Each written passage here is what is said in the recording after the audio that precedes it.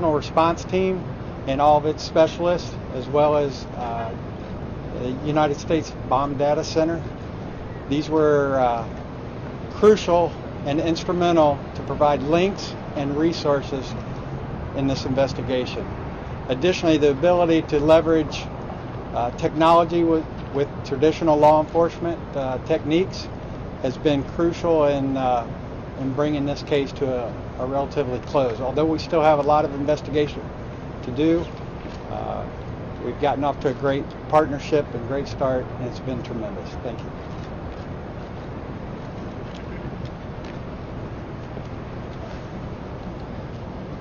I cannot truly describe all the hard work that has gone into this investigation since Friday's explosion. We've had hundreds of ATF, FBI, THP, and TBI partner with us in this investigation. And we can tell you that Anthony Warner is the man believed to be responsible for this horrible crime. There is no indication presently that anyone else was involved in this crime. As I've said earlier and several times before, Nashville is considered safe. There are no known threats against this city.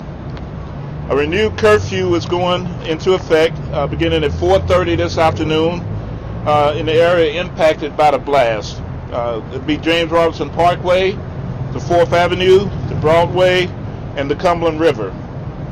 At noon tomorrow, the curfew will be in place, narrowed into an impacted area around Union, 4th Avenue North, Broadway, and the Cumberland River.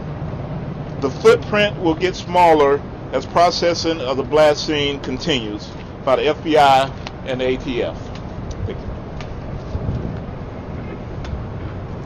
Okay, at this time we'll try to take a few questions. I know it's kind of hard to hear out here, and we'll address it to the appropriate agency. Was Warner on the authorities' radar prior to this incident? Just a second. I didn't hear the question. Anything on motive or why he wanted to set off the bomb?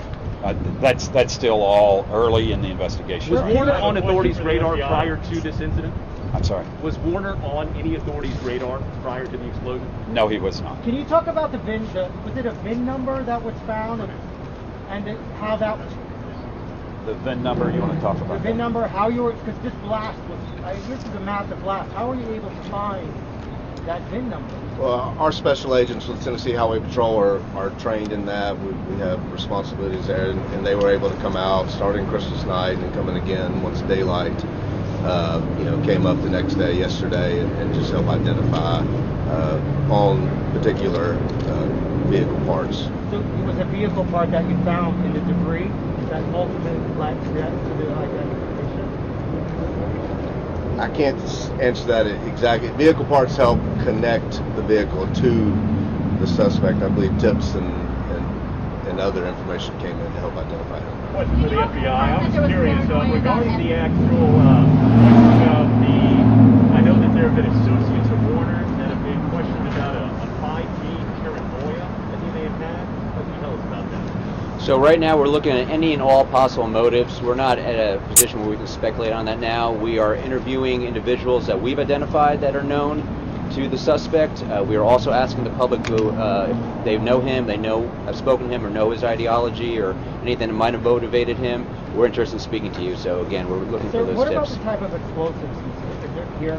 That is still under investigation. We're collecting evidence from the crime scene as being processed at our laboratory. And have you been able to build a timeline in the days around his life, days leading up? We're still working on all those. Anything you can say about what was inside his home? Any sort of evidence you collected there? Letters? We can't comment on that at this point. And to be clear about 5G, that is one of the many ways that you are investigating, one of the many motives you are. Just to be clear. We're aware of certain things online, and we're looking at every possible. Can you talk about if you have family in the area, or if you lived alone? I'm sorry. If you lived alone, or if you had family in the area? We can't comment on any of that right now. Can you talk about the fact that the DNA match was made so quickly? We always hear, it takes such a long time to get a DNA match. Can you talk a little bit about I can comment on that briefly. So the question was regarding how we were able to quickly match the DNA.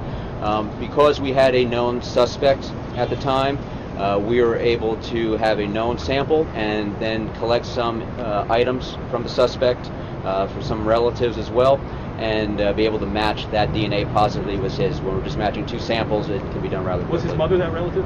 I can't comment on where we got it from. consider this domestic terrorism? I can't comment at this point. Can you confirm that you found dog DNA at the scene and whether or not there were parts of a dog? We have no information at this point of that. What would make Suicide it- attack? Okay, last question. What would make this an act Sir? of domestic terrorism? What would it take to make this event an act of domestic terrorism? When we assess an event for domestic terrorism nexus, it has to be tied to an ideology. It's the use of force or violence in the furtherance of a political, social ideology or event. We haven't tied to that yet.